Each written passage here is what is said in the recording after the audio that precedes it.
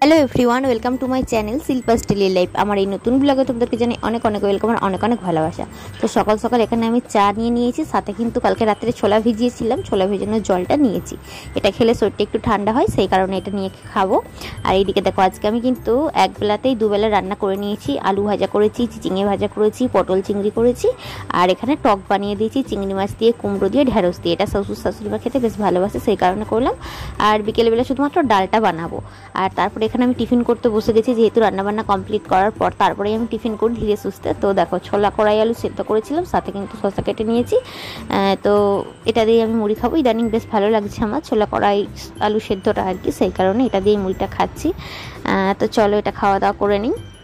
এখন প্রায় 11:30 মতো বেজে গেছে। তো এখন বাজে প্রায় 5:30। অনেকদিন পর আজকে ছাদে আসলাম খাবার নিয়ে। দেখো, এই যে একটু বেদানা আর একটু আপেল কেটে নিয়েছি, এটাই খাবো। আর আজকে তো প্রচণ্ড গরম ছিল, সারাদিন যা রোদ দিয়েছে, রুমে প্রচণ্ড গরম, তাই ভাবলাম একটু ছাদে গিয়ে একটু হাওয়া খাই, হাওয়াটা দিচ্ছে আর খাবারটাও খাই। তারপরে অনেক কাজ রয়েছে, জামা কাপড় চেয়ারে গাদা হয়ে পড়ে আছে, সেগুলো ভাঁজ করে করে তুলে রাখতে হবে। তারপরে জামা কাপড় আয়রন করতে হবে, আয়রনটা তো খারাপ হয়ে গেছিলো, আজকে সবে সারিয়ে দিয়ে গেল প্রায় 20-22 দিন পরে। তো আয়রনের অনেকগুলো জামা কাপড় জমে আছে, ও সব জামাগুলো আয়রন করতে হবে। কালকে যেহেতু জামাই ষষ্ঠী আছে, কালকে যাব বাবার বাড়িতে, তো কাজগুলো গুছিয়ে রেখে তারপরে যাব। চলো আপাতত এটা খাই, কি করবো। ও চেয়ারের মধ্যে এক গাদা জামা কাপড় পরে রয়েছে, এগুলোকে পাটকে পাট ভাঁজ করে রাখতে হবে। তো চলো এই কাজগুলো করে নিতে হবে, আয়রন করতে হবে। আপাতত দেখো, আমি এখানে আমার প্রোটিন পাউডারটা গুলে নিয়ে বসে গেছি, যেহেতু সন্ধে হয়ে গেছে, সন্ধ্যের টাইমে খাওয়ার কথা, এটা জল দিয়ে গুলেছি, সেই কারণে এতটা পাতলা।